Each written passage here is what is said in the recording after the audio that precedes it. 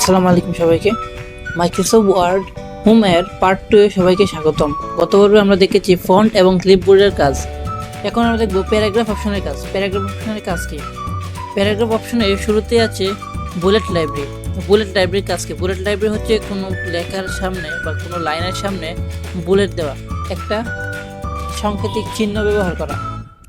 যেমন আমরা এই বাংলাদেশ ইজ আওয়ার কান্ট্রি, এই দুইটা লাইন সিলেক্ট করলাম, বুলেটে ক্লিক করলাম, এই লাইনটা একটা বুলেট আকারে তৈরি হলো। আবার এটাকে আমরা যদি সিলেক্ট করলাম,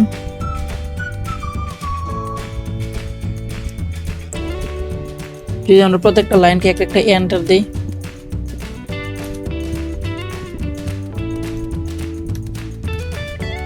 প্রত্যেকটা লাইন যেগুলি এন্টার দিলাম ওইগুলিকে প্রত্যেকটা সিলেক্ট করলাম এবং বুলেটে ক্লিক করলাম, প্রত্যেকটার সামনে এরকম বুলেট আকার তৈরি হয়েছে। এটা আমরা চেঞ্জ করতে পারি। এটা সিলেক্ট করলাম, এই বুলেটটা অনেকে পছন্দ হয় না, পছন্দ মতো দেওয়া যাবে। এখানে এরো চিহ্নতে ক্লিক করলাম, পছন্দ মতো এই চিহ্ন দেওয়া যাবে, ঠিক চিহ্ন দেওয়া যাবে, সার্কেল দেওয়া যাবে, স্কোয়ার চিহ্ন দেওয়া যাবে, ছেলে ফুটা দিতে পারি। আবার যদি নানা টিপ দেই এটা হবে না। আচ্ছা, দ্বিতীয়ত আছে এটা আমরা বুলেটটা আবার নাম্বারিং ভাবে করতে পারি। যেরকম নাম্বারিং ক্লিক করলাম, যে 1 2 3 4 এই সিরিয়ালে এটার নাম্বার হতে থাকবে এবং এখানে ক্লিক দিলাম, নাম্বারিং চলে গেল। পছন্দ মতো নাম্বারিং দিতে পারবো। তো নাম্বারিং দিতে পারি, এটার মধ্যে ABCD এরকম সিরিয়ালে দিতে পারি। এটা মানে রোমান সংখ্যা দিতে পারি, ছোটো হাতের লেটার দিতে পারি এবং বিভিন্ন নাম্বারিংভাবে এটা করতে পারি। আমরা নানা দিলে এটা নোট হয়ে যাবে। তৃতীয়টা হচ্ছে কি multi level list. Multi level লিস্টে কি আছে? আমরা এই লেখাগুলোকে সিলেক্ট করলাম, এই মাল্টি লেভেল লিস্টে ক্লিক করলাম এবং পছন্দ মতো আমরা দ্বিতীয় লাইনে কীভাবে থাকবে, কোনো লাইনের শুরুর দিকে কোনো আর্টিকেল হবে, আমরা এখানে ক্লিক করে পছন্দ মতো সিরিয়াল সিলেক্ট করতে পারি।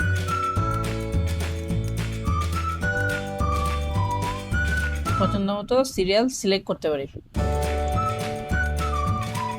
আমরা উঠে নিলাম। এরপরের অপশন দিয়ে দেখতে পাচ্ছেন, এটা হচ্ছে কোনো লেখাকে মুভ করাতে পারবো যে কোনো আমার পছন্দ মতো। এই লেখাটিকে যদি আমি ডানে মুভ করতে চাই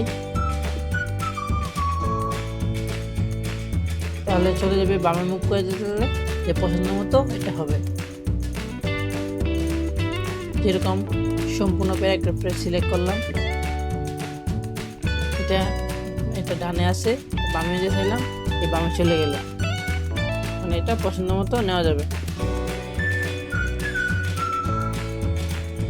এরপরের যে অপশনটি সেটি সহজে বোঝার জন্য সিরিয়াল নাম্বার, যেমন 1 2 3 5 4 8 7 উল্টা পাল্টা সিরিয়াল দিলাম। এখন আমরা এই লেখাগুলিকে স্বাভাবিক সিরিয়াল আনার জন্য সবগুলোকে সিলেক্ট করব এবং এখানে ক্লিক করব এবং এখানে অ্যাসেন্ডিং আছে, অ্যাসেন্ডিংয়ে ওকে করে দেব।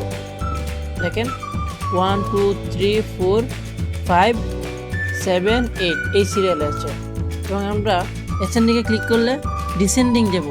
ডিসেন্ডিংয়ে গেলে ওকে দিয়ে দিলাম, দেখেন উল্টা হয়ে গেছে 8 7 5 4 3 2 1। এটা আমরা বিভিন্ন অন্যভাবে দেখতে পারি। A B B C D E F এটা সিরিয়াল আছে। আমরা চাইলাম একটা উল্টা পাল্টা হয়েছে, E B C D E F E উল্টা পাল্টা দিলাম, এটাকে সিলেক্ট করে দিলাম এবং অ্যাসেন্ডিংয়ে ক্লিক করলাম, ওকে দিলাম, ABCDEF এটা সিরিয়ালি হয়ে গেল এবং এখানে অ্যাসেন্ডিং থেকে ডিসেন্ডিং সিলেক্ট করে ওকে দিয়ে দিলাম এবং EFEDCBA এই সিরিয়ালে হয়ে গেল। এই হচ্ছে অ্যাসেন্ডিং ডিসেন্ডিংয়ের কাজ।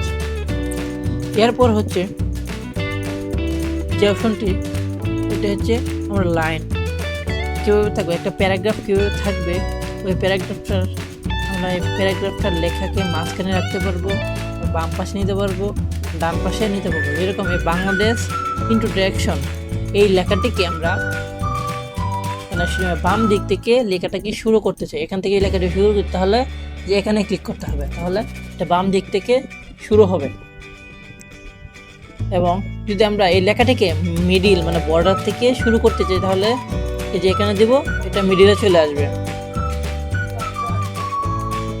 এই লেখাটিকে যদি আমরা ডান দিক থেকে শুরু করতে চাই, তাহলে যেখানে দিব এটা এদিক থেকে লেখা শুরু হবে, এদিক থেকে বাড়তে থাকবে, লেখা বাড়তে থাকবে।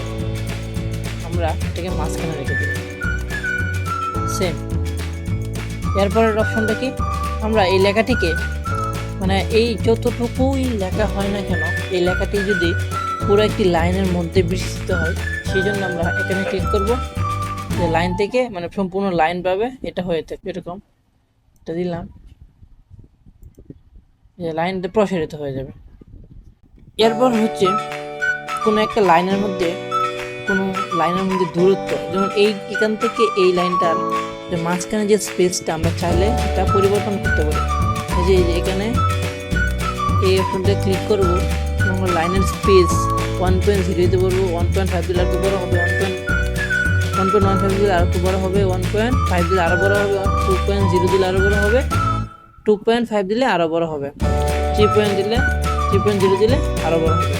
এটা চাইলে আমরা পছন্দ মতো লাইন স্পেস দিতে পারি। তাই এখানে লাইন স্পেসিংয়ে ক্লিক করব এবং এই যে এখানে 1.8 দেওয়া, এটাকে যদি আমরা 1.10 দিতে চাই, 1.10, তাহলে এটা 1.10 এ চলে আসলো। আমরা কাস্টম করে সেটা দিতে পারবো। আমরা এটা 1.0 রাখলাম। এরপরে যে অপশনটি সেটি হচ্ছে কোনো একটা লেখাকে হাইলাইট করতে চাইলে বা কোনো একটা প্যারাগ্রাফকে মানে কালার করতে চাইলে এখানে এই অপশন দ্বারা করতে, যেরকম এই লেখাটিকে সিলেক্ট করলাম, ওই কালার অপশনে ক্লিক করলাম, পছন্দ মতো কালার দিয়ে দিলাম। আমরা ওই লেখাটির পিছনে কেমন কালার দিতে চাই, যেরকম আমরা হলুদ কালার দিলাম এবং বাংলাদেশ লেখাটির পিছনে লাল কালার দিলাম। আমরা পছন্দ মতো লেখার পিছনে কালার দিতে পারবো এবং এখান থেকে সিলেক্ট করে এটা হোয়াইট করে দেব বা নন কালার করে দেব, এটা আবার চলে যাবে। আমরা চাইলে এই লেখাগুলির পিছনে টেবিল দিতে পারি অথবা বর্ডার দিতে পারি। যেমন আমরা Bangladesh is a southern Asia এই লেখাটাকে সিলেক্ট করলাম, এই লেখাটার মধ্যে আমরা বর্ডার দিতে চাই। যেরকম নিচে দিয়ে বর্ডার দিলে ওই লেখাটার নিচে এরকম বর্ডার হয়ে যাবে এবং এর যদি বাম দিকে দিতে চাই তাহলে বাম দিকে হয়ে যাবে, কি রাইটে দিতে চাইলে রাইটে বর্ডার হয়ে যাবে। এবং যদি অল বর্ডার দিতে চাই তাহলে সব দিকে বর্ডার হয়ে যাবে। তো শুধু আউটসাইড বর্ডার দিতে চাই, একটা প্যারা আকার করতে চাই, তাহলে এটা একটা বর্ডার হয়ে যাবে। যেমন এটাকে যদি সিলেক্ট করি, এটার বর্ডারে একটা কালার করি, সবুজ কালার করলাম, দেখেন এটা একটা সুন্দর একটি কালার চলে আসলো, একটি সুন্দর কালার চলে আসলো। এবং পছন্দ মতো এটা টেবিল আকারে করা যায়। যেমন এটার মধ্যে আরও বর্ডার দিতে পারবো, আউটসাইড বর্ডার, এটা পছন্দ মতো দেওয়া যায়, inside border, inside horizontal border, inside vertical border এবং হরিজন্টাল লাইন। এখান থেকে হরিজন্টাল লাইনে একটা স্পেস দিতে পারবো।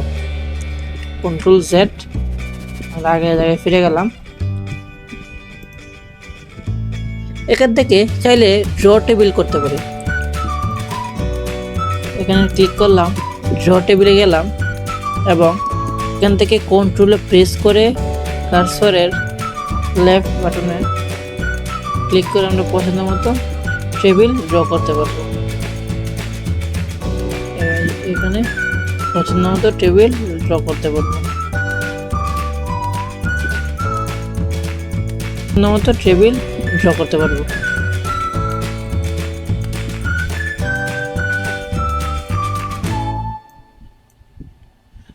এটাকে কর্নার থেকে এখানে এই যে পছন্দ মতো এখানে টেবিল ড্র করতে পারবো। এই হচ্ছে প্যারাগ্রাফের কাজ। এবং পরে হচ্ছে স্টাইল। এই লেখাটিকে আমরা বিভিন্ন স্টাইলে লিখতে পারবো। যেমন এই বাংলাদেশ লেখাটিকে এই সম্পূর্ণ লেখাটি সিলেক্ট করলাম, এর পছন্দ মতো যে স্টাইলিশে লিখতে পারবো, পছন্দ মতো বিভিন্ন স্টাইলে লিখতে পারবো। এখান থেকে চাইলে স্টাইল সিলেক্ট করে লিখতে পারবো, পছন্দ মতো স্টাইল দিয়ে লিখতে পারবো। এই হচ্ছে স্টাইলের কাজ। এরপরে আছে এডিটিং।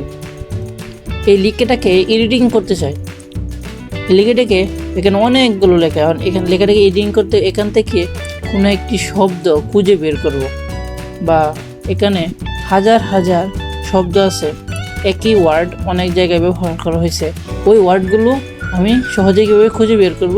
তাই এখান থেকে ফাইন্ডে ক্লিক করব। এখানে সাপোজ আমি একটা ওয়ার্ড খুঁজতে চাই, যেমন ইজ, যেমন আমি এখানে ইজ লিখলাম। দেখেন দেখেন এই প্যারাগ্রাফের মধ্যে যত ইজ আছে প্রত্যেকটার মধ্যে হলুদ হয়ে গেছে। এখানে আমরা হাইলাইট করতেছে যে এখানে ইজ আছে। এই হচ্ছে ফাইন্ডের কাজ। এরপর হচ্ছে রিপ্লেস। রিপ্লেসের কাজ কি?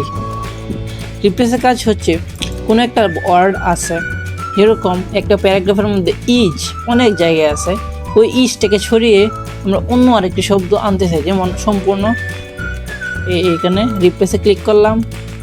এখানে আমরা যেটা রিপ্লেস করতে চাই, আমরা যে ওয়ার্ডটাকে খুঁজতে চাই ইজ খুঁজলাম, যে ওয়ার্ডটি রিপ্লেস করতে চাই, যেমন ইজের পরিবর্তে কি দিতে চাই, আমি ইজের পরিবর্তে এখানে দা দিতে চাই, THE দিতে চাই, যেখানে রিপ্লেস দিলাম। যেমন এখানে দেখেন, যেখানে দেখেন দি হয়ে গেল, আরেকটি দি আছে, এখানে রিপ্লেস দিলাম আবার দি হয়ে গেল, এই যে রিপ্লেস দিলাম দি হয়ে গেল, রিপ্লেস দিলাম দি হয়ে গেল, রিপ্লেস দিলাম দি হয়ে গেল। এই হচ্ছে সিলেক্ট। একে সিলেক্টে ক্লিক করলে সিলেক্ট অল হয়ে যাবে। এই হচ্ছে মোটামুটি হোমের বেসিক কাজ। আজকের এই টিউটোরিয়ালটি এ পর্যন্তই।